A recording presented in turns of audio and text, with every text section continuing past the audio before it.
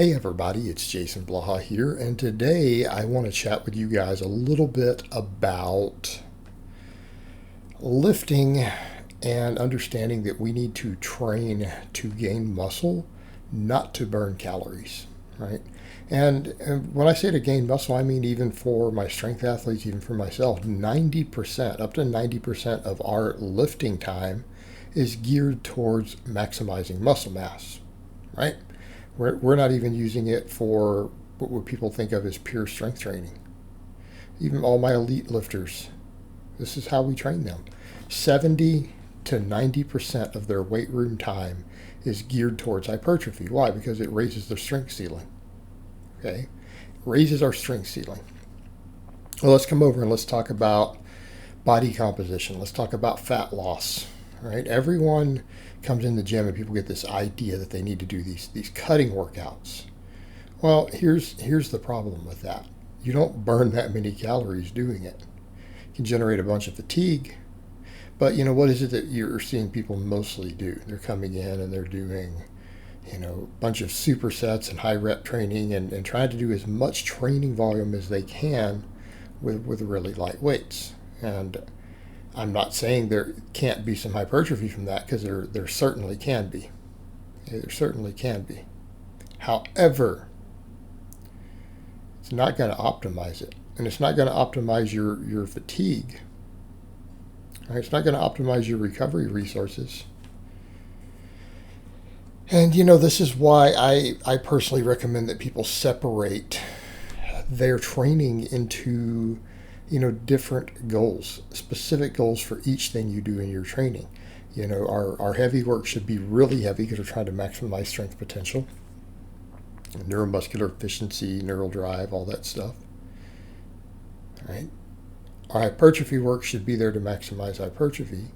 Our conditioning work should be there to raise our work capacity, and that's like our GBP and stuff.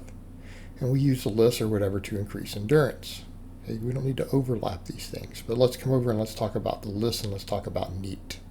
Because if we're trying to do a bunch of training in the gym that exceeds our recoverable volume because we're thinking of the lifting as calorie burn, we're just beating ourselves up. We're going to minimize hypertrophy. Your real calorie burn, honestly, is going to come from NEAT. NEAT, which is non-exercise activity thermogenesis. This is where we see that at. Or even your GPP added in. Do some body weight circuits. Non-failure, higher rep body weight stuff. You do a fair amount of volume of that stuff. You could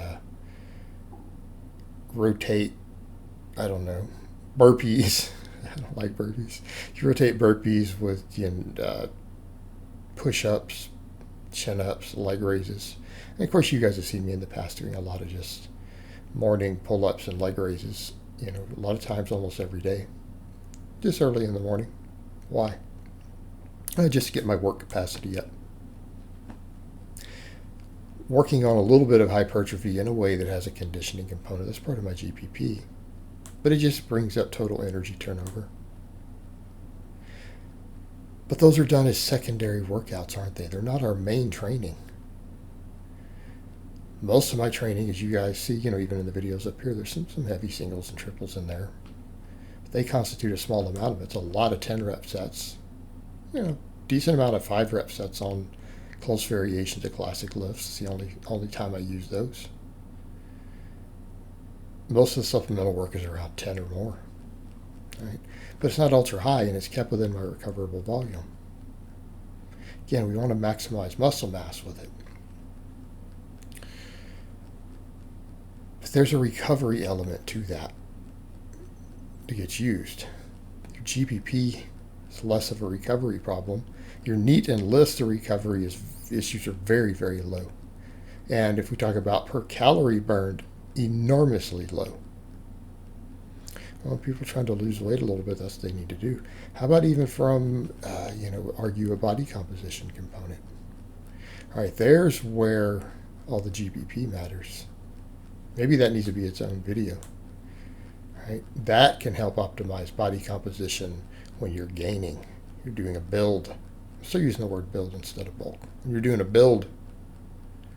But if we're talking overall calorie burn, just walking, moving more, fidgeting more. Hey, and if your work capacity is high, those things go up. And here's the kicker with that. We know that NEAT accounts for the majority of energy burned, unless you're like an endurance athlete specifically. You're going to burn more energy with your NEAT than anything else that you do. Thermic effect of food, everything. It's, and outside of that, BMI is your other big one, BMR, base metabolic rate. Base metabolic rate and NEAT together, no matter how you break it down, are going to be 90+% of the calories you burn. The other stuff is so small. Well, come back over to the training end, the hypertrophy end. If you're recovered more, you tend to be more active. Right? When you're beat up from overtraining, it makes you lazier, makes you lethargic, makes you move less. When you're training enough to maximize your muscle growth but still recover, your NEAT goes up more, you move more. But on top of it, you gain more muscle. When you have more muscle and you have focused, and this applies to men and women both, when you have focused on maximizing hypertrophy, everything goes up. Okay, if you put on a significant amount of muscle mass, what are the benefits towards body composition and fat loss? All right, well, the body composition end is obvious, but look at the fat loss end. You put on 10 pounds of muscle over time, and I know that's a lot. How many more calories do you burn just laying around? Considerably more, measurably more. But here's the big one. How about when you're doing NEAT or LIST cardio? How about if you walk? You go for an hour-long walk, and you've gained 10 more pounds of muscle, particularly with a sizable amount of that being in your legs. How many more calories do you burn in that hour of walking? Well, quite a bit more. Quite a bit more. And you've increased your overall metabolic machinery. People want to talk about hormones and fat loss or fat gain, even though we know they're the smaller part of it. But what I just described is going to maximize those too, isn't it? This is a win all the way around. Right? It's a win all the way around.